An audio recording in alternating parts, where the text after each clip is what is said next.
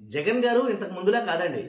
నిజంగా మొత్తం చాలా మటుకి పూర్తిగా ఏదైతే నిన్న జరిగిన ప్రెస్ మీట్ ఉందో పూర్తిగా చేంజ్ ఓవర్ ఉంది దాంట్లో అయితే కనుక. దాంట్లో ఎలాంటి డౌట్ లేదు.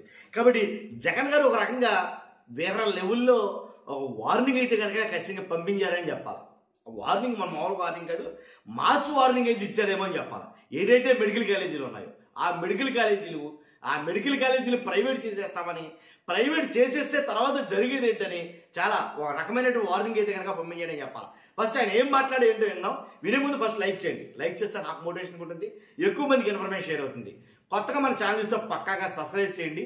మీ అమూల్యమైన అభిప్రాయాన్ని కామెంట్ రూపంలో తెలియజేయండి, షేర్ చేయండి. ఒకసారి జగన్ గారు ఏం మాట్లాడారో విందాం. అన్ని రకాల పోరాటాలు చేస్తాం. మీ నిర్ణయాన్ని వెనక్కి తీసుకునేంత వరకు ధర్నాలు జరుగుతాయి, ర్యాలీలు జరుగుతాయి, దీక్షలు జరుగుతాయి, నిరసనలు చేస్తాం. నేను కూడా అక్కడక్కడ పార్టిసిపేట్ కూడా చేస్తాను. అన్ని రకాలుగా దీన్ని అడ్డుకునే కార్యక్రమం, అడ్డుకునే ప్రయత్నం జరుగుతుంది. నేను ఒక్కనే కాదు, నేను రాష్ట్ర వ్యాప్తంగా రాష్ట్ర శ్రేయస్సు కోరే ప్రతి ఒక్కరికి కూడా పిలుపునిస్తా ఉన్నా. ప్రతి పార్టీకి కూడా పిలుపునిస్తా ఉన్నా. అందరూ కలిసి రండి అని కూడా అడుగుతా ఉన్నా.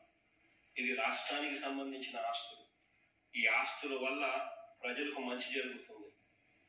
ఈ ఆస్తుల వల్ల ప్రజలకు జరిగే శాశ్వత మంచిని చంద్రబాబు నాయుడు తీసేసే ప్రయత్నం చేస్తా ఉన్నాడు. దీన్ని అడ్డుకునే కార్యక్రమంలో ప్రతి ఒక్కరూ కూడా ముందుకు రావాలని కోరుతాం. అందరం కలిసికట్టుగా దీన్ని వ్యతిరేకించే కార్యక్రమం ఖచ్చితంగా చేస్తాం. ఇన్ని చేసినా కూడా పొరపాటును మీరు బరి తెగిస్తే మాత్రం ఒకటి చెప్తా ఉన్నా, ఎవరైనా టెండర్లలో పార్టిసిపేట్ చేయండి, ఎవరైనా రాండి, కానీ ప్రతి ఒక్కరికి వార్నింగ్ ఇస్తాను. విన్నారుగా, ఎవరైనా టెండర్లలో పార్టిసిపేట్ చేయండి, ఎవరైనా రండి. దేనికి? మెడికల్ కాలేజ్ విషయంలో.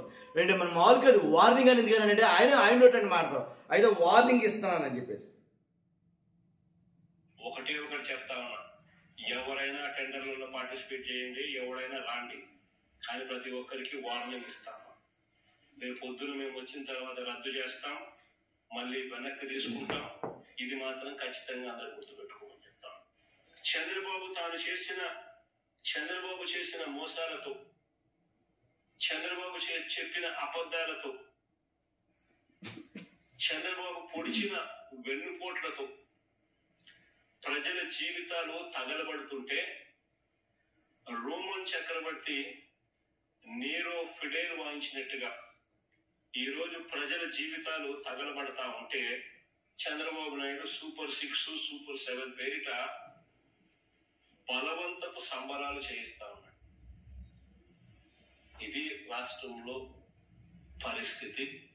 చంద్రబాబు నాయుడు గారికి ఒకటి చెప్తా ఉన్నాడు, అయ్యా చంద్రబాబు, 15 నెలలు అయిపోయింది నువ్వు అధికారంలోకి వచ్చి.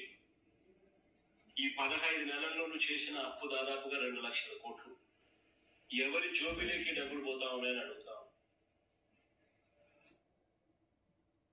విన్నాగా, ఆయన అయితే కనుక మన వాళ్ళు కాదు, ఒక నెక్స్ట్ లెవెల్లో వార్నింగ్ అయితే ఇచ్చారు.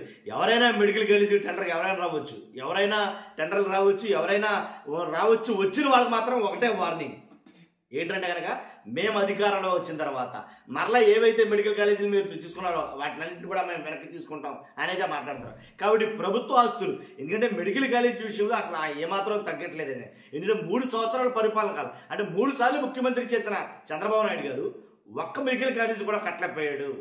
కాబట్టి ఆయన 3 సార్లు ముఖ్యమంత్రి చేస్తే ఒక మెడికల్ కాలేజీ కూడా కట్టలేకపోయారు.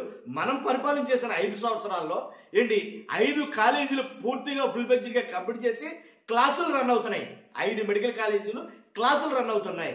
అలాగే ఇంకొక 2 కాలేజీలు కూడా ఆల్రెడీ జరుగుతున్నాయి, మిగిలినవి నిర్మాణ దశలో ఉన్నాయి అనేది మాట్లాడడం. ఎందుకు వాటిని కంటిన్యూ చేయట్లేదు?